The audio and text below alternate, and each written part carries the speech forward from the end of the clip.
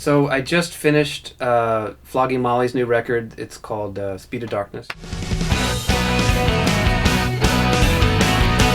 out in the record store on iTunes near you. And I'm currently working on a new Hewitt Brothers record with Rick Rubin. And that's, yeah, it's consumed and been consuming all my time. We're almost done tracking it. It's been on and off for about 6 months, back and forth to North Carolina. So it's been pretty exciting. The songs are fantastic. There's a bunch of Tonelux in the mix, of course. My rack is half empty because the other modules are in my Roadster on their way back from North Carolina. Well, it's a funny thing about the Hewitt Brothers because I just instantly got along with those guys, and they're just fantastic musicians, fantastic songwriters, and just great people. And that's sort of what I'm all about. And so yeah, we did I Am Loving You up in Malibu and a little bit in North Carolina, and we did a live record together on my dad's truck, actually, which was really fun. First time I engineered. The first time I brought a client and engineered something in my father's truck, and he was my assistant. It was pretty awesome. And so yeah, that's been a lot of fun. And like I was saying before, they keep me on my toes with, multitude of instruments and band arrangements. And well, this time we want to track with drums, acoustic guitar, and bass. And this time we want to do just vocals and acoustics, but we want to be sitting exactly opposite each other with no gobos and no isolation, and go. And then Rick wants to be like, oh, well, can we take the guitar out of that part? Well, no, because he's sitting there playing it. So now we got to retract that if you want to hear it without the guitar. It's quite an adventure with those guys. Well, I've outfitted the studio the way I have because I saw the home studio revolution happening actually when I was working for Jim, when I was at Cello. I could see people going towards working at home, as a necessary sort of evil, studio time. Ironically, studio time pricing has not changed since the 70s. We're still paying the same exact rate we were in the 70s, even though studios have to spend a shit ton more money on gear and constantly updating stupid plugins and computers and tape machines, and consoles are $1 million, and everyone wants client services. They want all these microphones that cost a fortune to maintain.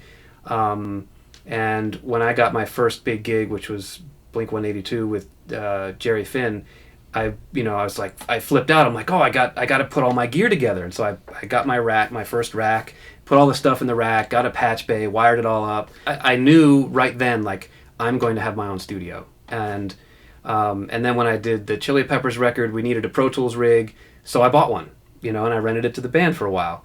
And that's how, I'm like, all right, I can piece this together. And, during the Chili Peppers record is when Paul came to me with the Tonelux stuff and said, I'm doing a new venture. I want you to listen to this first round of stuff that I have and tell me what you think.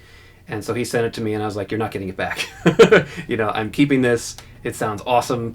And,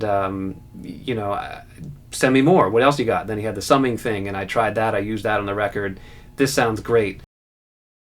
My general mix setup is that I sort of I have 16 channels on my Tonelux summing box right now, and I sort of make stems in Pro Tools. So I have a pair of drums, I have like the bass tracks, the electric guitars. I have 2 guitar stems, like keyboards, background vocals, lead vocals, whatever. It's all sort of mixed down to 16 outputs out of Pro Tools. And again, I was saying, like, I mix some songs completely in the box if I have to. If it's a recall issue or if it's a record I'm doing, a little bit here, a little bit there, I'll just keep it in the box for convenience sake. Because, it sounds fine. You can get a good sounding record out of the box, and that's been proven on the radio. Whether it's good music or not is another question. But the thing that I like so much about being able to use the summing box is that I can get more headroom. I don't have to worry so much about clipping Pro Tools because I don't have everything, I don't have 72 tracks coming out of a little straw. And instead I have 72 tracks coming out of a lot of straws. And so that gives you more volume, more throughput. And generally when you get a mix, when you get stuff to mix that you didn't track, or even when I mix my own stuff, generally you're going to want it to be brighter. You're going to want it to be punchier, maybe a little more low end, whatever, as a whole. And so I have the Equalux on my stereo bus, which I alternate with my NTI, depending on the record. And then the drum bus gets a pair of Tonelux EQs. So really great top end, super open. They're surgical enough that I can pull a little bit of, say, 300 out of the whole drum kit, which is something you're going to wind up doing anyway.